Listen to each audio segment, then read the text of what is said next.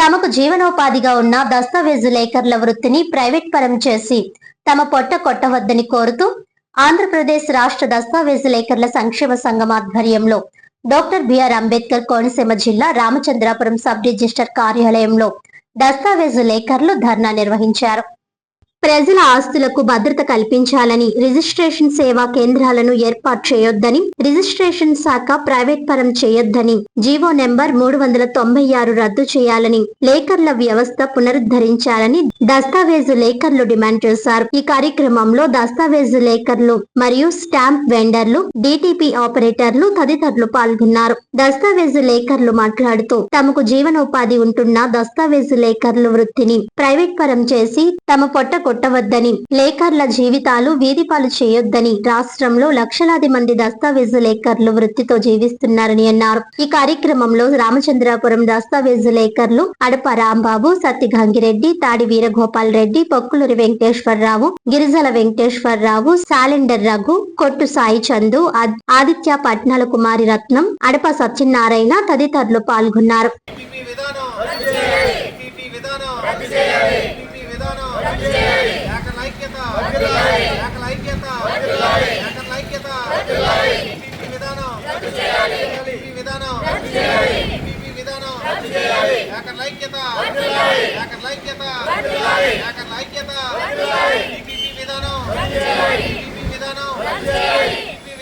నేను గత 20 సంవత్సరముల నుండి ఈ వృత్తిలో కొనసాగుతున్నాను. నేనే కాదు, ప్రతి దస్తావేజు లేఖకులు ఎన్నో సంవత్సరాల నుంచి కొనసాగుతున్నారు.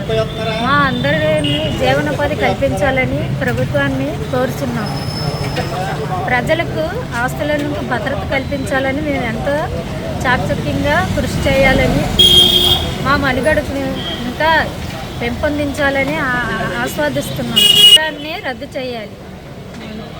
శాఖ కేంద్రాలకు ఏర్పాటు చేయొద్దు. రిజిస్ట్రేషన్ సేవల్ని అండి. నేను దస్తావేజు లేఖలు రామచంద్రపురం. నేను సుమారు 30 సంవత్సరాలుగా ఈ వృత్తి చేస్తున్నాను.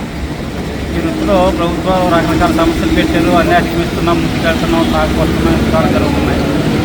గతంలో వైఎస్ జగన్మోహన్ రెడ్డి గారు ఏవైతే ఇబ్బందులు కలిగించారో వాటిని అన్నింటినీ మేము తొలగించేస్తాం, మీకు పరిపాలన ఇస్తామని చెప్పేసి కొత్త ప్రభుత్వం, కూడా ప్రభుత్వం వచ్చిందండి.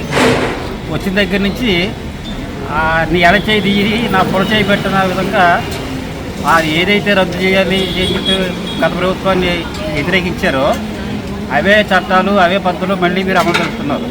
అందులో భాగంగా మొన్న 30వ తారీఖున ఒక జీవో జారీ చేశారు. దాని నెంబర్ 396. దాని ప్రకారం ఏమిటంటే జిల్లాకు ఒక కిరాణా కొట్లాంటి పెడతారండి, జియో మార్ట్లేగా. అందులో ప్రభుత్వాధికారులు కూర్చుంటారు, మిగిలిన వాళ్ళందరూ మన పనిచేసేవాళ్ళు ఉంటారు.